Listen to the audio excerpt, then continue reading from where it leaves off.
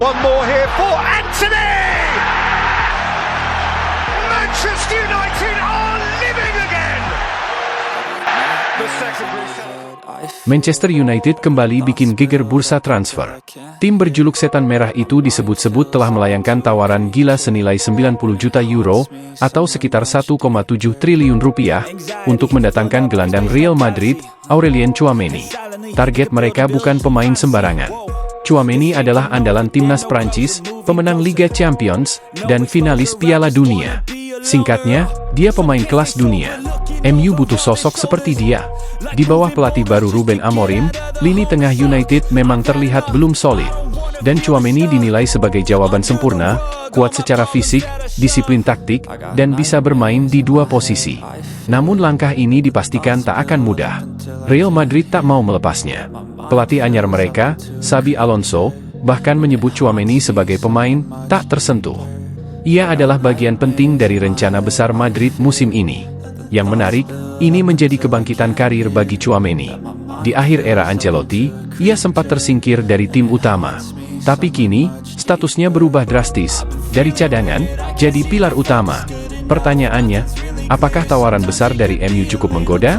Dan apakah Tchouaméni bersedia meninggalkan Madrid demi klub yang tak bermain di Liga Champions? Transfer ini masih jauh dari kata selesai. Tapi satu hal sudah jelas, MU serius. Dan mereka siap berjudi besar demi kembali ke puncak. Ada angin segar dari Old Trafford. Manchester United kini memiliki peluang yang lebih terbuka untuk mendatangkan Victor Gyökeres dari Sporting Lisbon. Hal ini menyusul kabar bahwa rival mereka Arsenal mulai menarik diri dari persaingan. Nama Gyökeres sudah lama menjadi target prioritas MU di lini depan. Pelatih Ruben Amorim, yang pernah bekerja sama dengan sang striker di Sporting, sangat ingin reuni dengan pemain yang dikenal tajam dan punya etos kerja tinggi ini. Sempat beredar kabar bahwa Gyökeres lebih condong memilih Arsenal, namun situasi berubah drastis setelah laporan dari media Portugal, A Bola, menyebut bahwa Arsenal kini mulai mengurangi intensitas pendekatan terhadap sang pemain. Penyebab utamanya, harga selangit yang dipatok oleh Sporting Lisbon. Sporting dikabarkan enggan bernegosiasi dan hanya ingin melepas Gyökeres dengan harga tak kurang dari 90 juta euro. Arsenal, yang merasa harga itu tidak masuk akal, memilih mundur dan mengalihkan fokus ke striker lain. Langkah mundur dari Arsenal memberi ruang gerak lebih besar bagi Manchester United. Namun tantangan masih ada. MU sendiri diyakini juga belum siap membayar penuh harga yang diminta Sporting. Artinya, meskipun persaingan berkurang, MU harus kreatif dan strategis dalam menyusun tawaran jika ingin membawa Gyökeres ke Old Trafford. Ini adalah saat krusial, dan keputusan yang diambil dalam beberapa pekan ke depan bisa menentukan wajah lini depan Setan Merah untuk musim depan. Saga panjang Jadon Sancho akhirnya mendekati akhir. Setelah berbulan-bulan tak jelas arahnya, kini satu langkah lagi Sancho akan resmi meninggalkan Old Trafford. Tujuannya, Juventus. Kedua klub dikabarkan telah mencapai kesepakatan.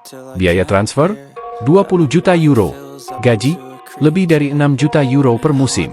Bahkan kontrak personal pun sudah disetujui. Tapi, ada satu permintaan terakhir dari Sancho, yang kini jadi penghalang utama. Ia minta pesangon.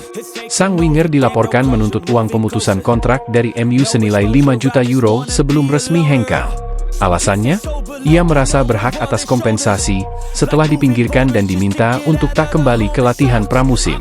Kini, nasib transfer ini tergantung dari satu hal. Apakah Manchester United bersedia membayar tuntutan terakhir dari Sancho? Jika tidak, proses yang hampir selesai ini bisa kembali berantakan. Sementara itu, klub-klub lain yang sempat dikaitkan dengan Sancho, seperti Dortmund dan Napoli, telah menarik diri. Dortmund bahkan menutup pintu rapat-rapat untuk reuni. Kini semua mata tertuju pada satu hal. Apakah United akan rela membayar pesangon agar saga Sancho benar-benar berakhir? Atau akan ada drama lagi sebelum tirai benar-benar ditutup? Marcus Rashford kembali ke Carrington. Tapi bukan melalui pintu utama, melainkan lewat pintu belakang. Kehadirannya pada Kamis sore itu langsung memicu spekulasi, apalagi waktunya hanya berselang 8 menit setelah sang manajer, Ruben Amorim, meninggalkan lokasi. Apakah ada pertemuan rahasia antara keduanya? Atau hanya kebetulan semata? Sumber internal MU buru-buru membantah. Mereka menyebut Rashford hanya datang untuk latihan individu, tanpa pembicaraan apapun soal masa depannya. Tapi publik tahu, situasi Rashford sedang rumit. Sejak dipinjamkan ke Aston Villa dan gagal tampil meyakinkan, Rashford kembali ke Old Trafford tanpa kejelasan. Lebih parah lagi, nomor punggung 10 yang selama ini melekat padanya, kini sudah diberikan ke Matheus Cunha.